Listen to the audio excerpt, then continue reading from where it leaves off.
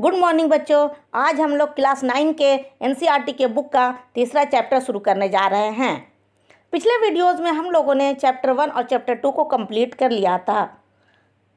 तो आज हम अपवाह, नदी तंत्र और नदी द्रोणी के बारे में जानेंगे और साथ ही साथ हम यह भी जानेंगे कि जल विभाजक किसे कहते हैं और नदियों की कितनी अवस्थाएं होती हैं।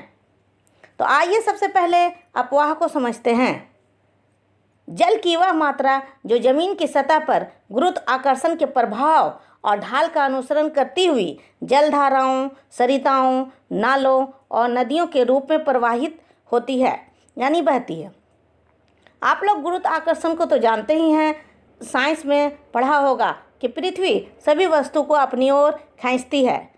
और ढाल का अनुसरण का मतलब जिधर ढाल होगा जल तो उधर ही बहेगा ना। अब हम अपवाह तंत्र या नदी तंत्र को समझते हैं।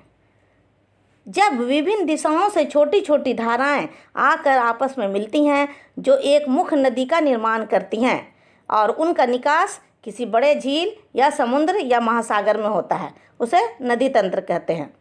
निकास यानी जहाँ पर नदियाँ जाकर किसी बड़े जलाशय में गिर जाती हैं, उसे निकास कहते हैं। आइए इस इमेज को देखते हैं। ये मुख्य नदी गंगा नदी है और इसमें देखिए बहुत सारी सहायक नदियाँ आकर मिलती हैं। ये देखिए यहाँ से यमुना, यहाँ से शारदा, यहाँ पर घाघरा और ये गंडक, ये सभी गंगा नदी से मिलती हैं। इसी तरह इधर देखिए ये चंबल नदी, ये यहाँ पर बेतवा और ये सोन, ये भी गंगा में आकर मिलती हैं। तो इस मुख्य नदी और इन सभी सहायक नदियों को अपवाह तंत्र कहेंगे। यहाँ पर हम लोग गंगा और उसकी सभी सहायक नदियों की बात कर रहे हैं, तो इसे गंगा नदी तंत्र कहेंगे। कहने का अर्थ यह हुआ कि किसी नदी और उसकी सहायक नदी को नदी तंत्र कहते हैं। आइए अब हम लोग नदी द्रोणी को समझते हैं।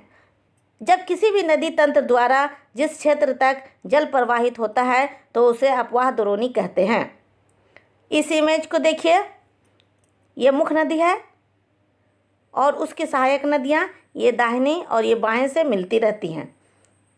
तो यहाँ से जो ये पूरा क्षेत्र है, यानी यहाँ तक, इस भाग में जितनी दूरी तक ये सभी नदियाँ बह रही हैं, इसे हम लोग नदी द्रोणी कहेंगे।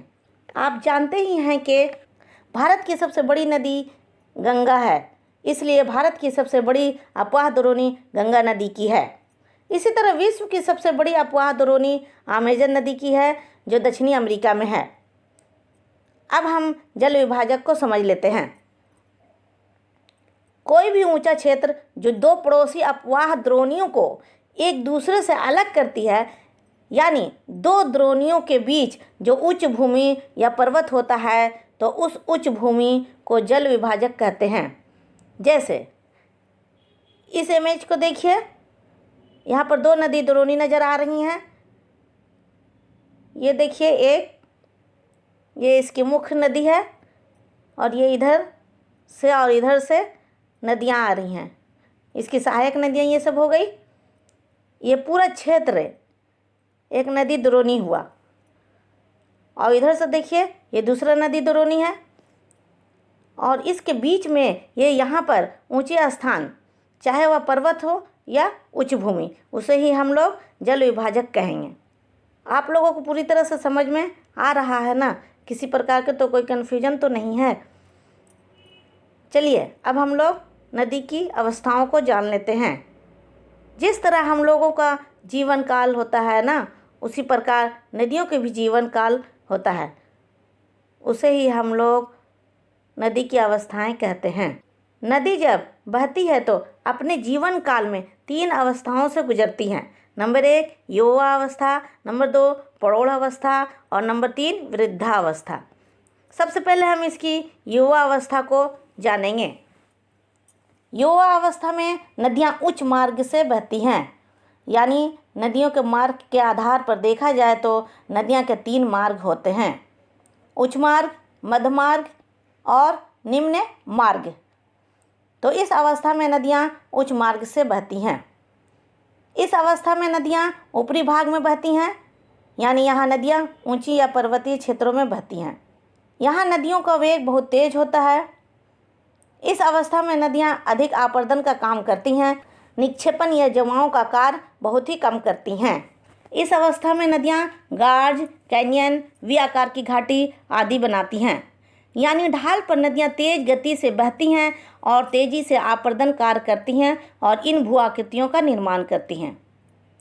इस अवस्था में नदियाँ अपने घाटी को नीचा करती जाती हैं, लेकिन ये घाटी को समुद्री तल से ज़्यादा नीचा नहीं कर सकती हैं। नदियाँ जब अपने युवा अवस्था के अंत में पहुँचती हैं तो इनमें अवसाद अधिक मात्रा में हो जाते हैं और पानी की मात्रा कम हो जाती है, तो इसका निक्षेपण या जमाव करती हैं। इस जमाव से जो आकृति बनती है उसे जलोढ़ शंकु कहते हैं। ये पर्वत के निचले वाले भाग या पर्वत पाद में बनाती हैं। अब हम लोग नदियों के प्रौढ़ अवस्था के बारे में बात करेंगे। इस अवस्था में नदियाँ मध्य मार्ग में बहती हैं। इस अवस्था में नदियाँ मैदानी क्षेत्रों में आ जाती हैं। यहाँ नदियाँ आपर्दन और निक्षेपण दोनों कार्य करती हैं। यहाँ पर नदी का ढाल मंद हो जाता है, जिससे नदी विसर्प करने लगती हैं, यानी इस आकार में बहने लगती हैं।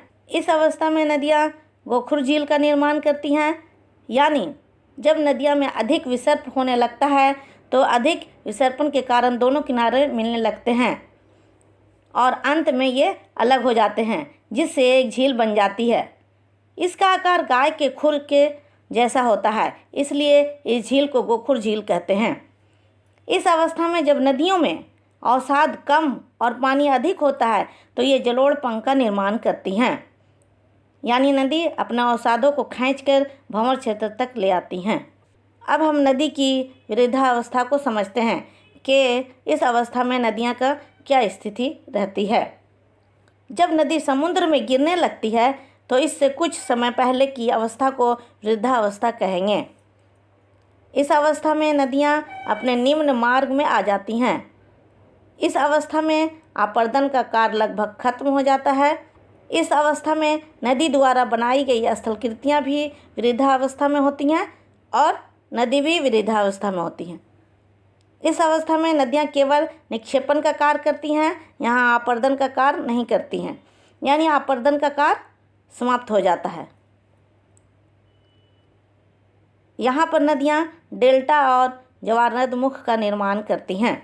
डेल्टा और जवारनद मुख क्या है, इसे समझते हैं।